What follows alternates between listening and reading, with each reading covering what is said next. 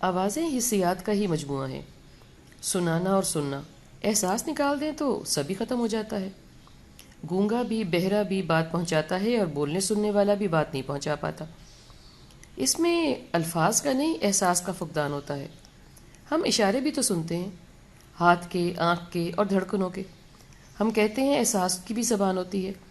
زبان تو ہوتی ہی احساس کی ہے۔ ہم آج جانوروں کی، پھول پتوں کی بات سنتے سمجھتے ہیں۔ یہ سب حس کا کام ہے، کان کا نہیں۔ آپ وہی ہو جو آپ کھاتے ہو، یہ ڈاکٹرز کہہ رہے ہیں۔ آپ وہی ہو جو آپ سوچتے ہو، یہ سائیکیٹرسٹ کہہ رہے ہیں۔ بھاشن دینے والے بھی ہر قسم کے ہیں۔ ایک کہتے ہیں آپ وہی ہو جو آپ کی معاشی تفصیلات ہیں، یعنی کہ فائنینشل سٹیٹس۔ ایک کہتے ہیں آپ وہی ہو جو آپ بولتے سمجھتے ہو۔ میں یہ کہہ رہی ہوں آپ وہی ہو جو آپ سنتے ہو، سنتے ہو جیسے ہاضمہ ہے۔ سننا کیا ہے؟ سننا وہ ہے جو بہرے تک بھی بات پہنچاتا ہے۔ سننا وہی ہے جو ہواؤں سے پیغام اچک لیتا ہے۔ سننا وہی ہے جو دیوار پر دھیان لگا کر سمندر پار لوگوں کی گفتگو کو جامہ پہناتا رہتا ہے۔ اگر دور بیٹھے لوگوں کا دھیان آ جائے تو وہاں سے جو بات اچکتا ہے وہ سننا ہی کہلاتا ہے۔ مگر آوازیں اچکنے میں حسیات مل کر ہی اس کو کامیاب بناتی ہیں۔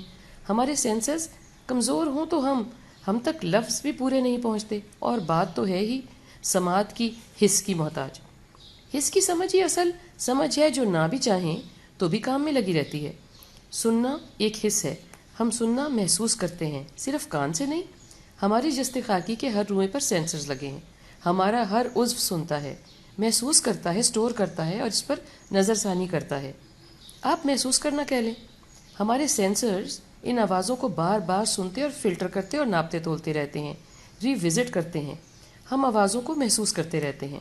بات کان کے رستے اندر جا کر وہیں ختم نہیں ہو جاتی، محسوس ہوتی رہتی ہے۔ کسی کی بات آواز کو رہنے دیں، خود کی آواز بھی ہم بار بار دیکھتے اور ناپتے ہیں، خوش ہوتے اور دکھتے رہتے ہیں۔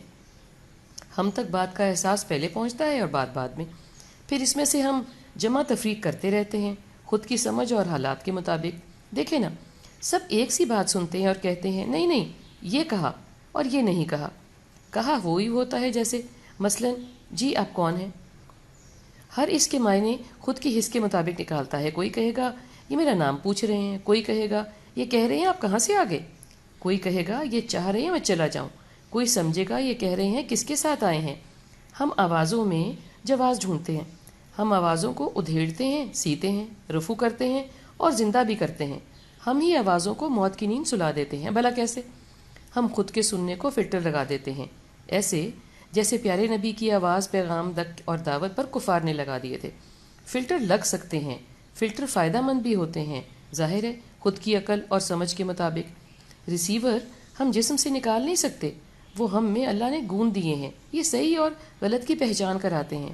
فلٹرز اور ریسیورز کو بھی سدھانا پڑتا ہے، مگر ہم بھول جاتے ہیں اور مثبت نہ سن پانا ہمارا مقدر ہی بن جاتا ہے، اور یہ مقدر ہم خود کا خود مقرر کرتے ہیں، رب تعالیٰ سے لکھوا کر نہیں لاتے۔ رب کبھی نہیں روکتا اگر کہ ہم کوئی زیادہ کوشش کسی جانب کریں، وہ ادھر ہی ڈھیل دیے جاتا ہے۔ جب اس نے وقت، عقل، سمجھ دے کر ہی پیدا کیا ہے تو پیچھے تھوڑا ہی نہ لگا رہے گا کہ آپ اس کا استعمال بھی نہ کریں اور آپ کو راہ بھی ملے اور راہبر بھی، اور وہ اوپر بیٹھا بس آپ کو روکتا رہے۔ یہ آپ کو معلوم ہے کہ آپ کے کل وجود کی حاضری چاہی گئی ہے۔ بس ویسے سننے، ماننے، کرنے کا حکم ہم اکیلے کو نہیں ہے، سب انسانوں کو ہے، بلکہ سب تخلیق کو ہے۔ ہمارے علاوہ سب حکم کے پابند ہیں اور ہم